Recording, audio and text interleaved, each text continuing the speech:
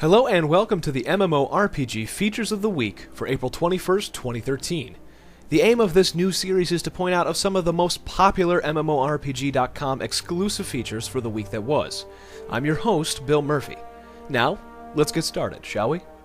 First up, Dragon's Prophet is getting ready to make a big splash in the MMO space in the near future as the time for open beta and retail release approaches.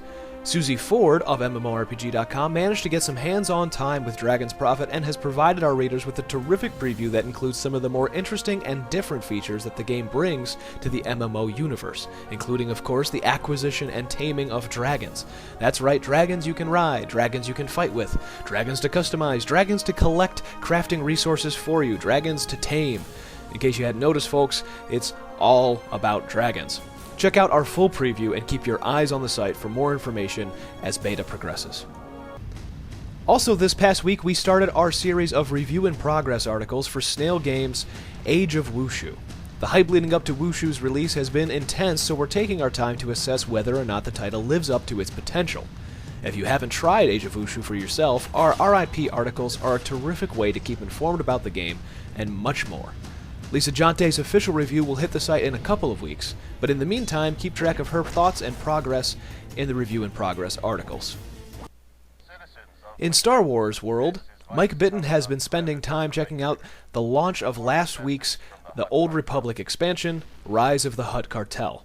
In his feature article, Mike discusses some of the awesome new content that arrived with the expansion, as well as some of the missteps by BioWare in getting it out there to players. As an avid Star Wars The Old Republic player, Mike's got the inside track to what works and what doesn't. If you've been on the fence about purchasing Rise of the Hutt Cartel, Mike's article is a surefire way to help you in your decision. In a pair of new features at MMORPG.com, the spotlight centered on both Neverwinter's crafting system and the overhauled character progression. Susie Ford spent time in last weekend's closed beta number 4, the last one before launch, and wrote about how the new progression system has hit the right chord with players and offered much more choice in the way each of our characters develops. Crafting was also featured prominently on the site in an exclusive developer blog from the Cryptic staff themselves. Crafting is more of a behind-the-scenes activity in Neverwinter, with companions taking on the major chores.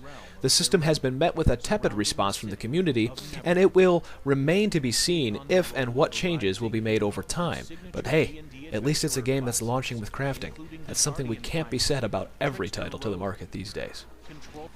And last but not least, despite the arrival of his offspring, Bill Murphy, hey, that's me, is continuing to score some quality time with Tryon World's Defiance, and is on to the third review in progress article.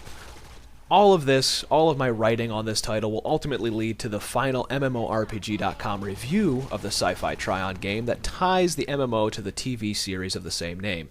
This past week I took a hard look at Defiance's PvP system and offered, I guess you can say, my own thoughts, despite my terrible skills at the game. It's fun, but I feel like they didn't go quite far enough. If you want to see what I'm talking about, head over to MMORPG.com and go to the Defiance game page to see my review in progress.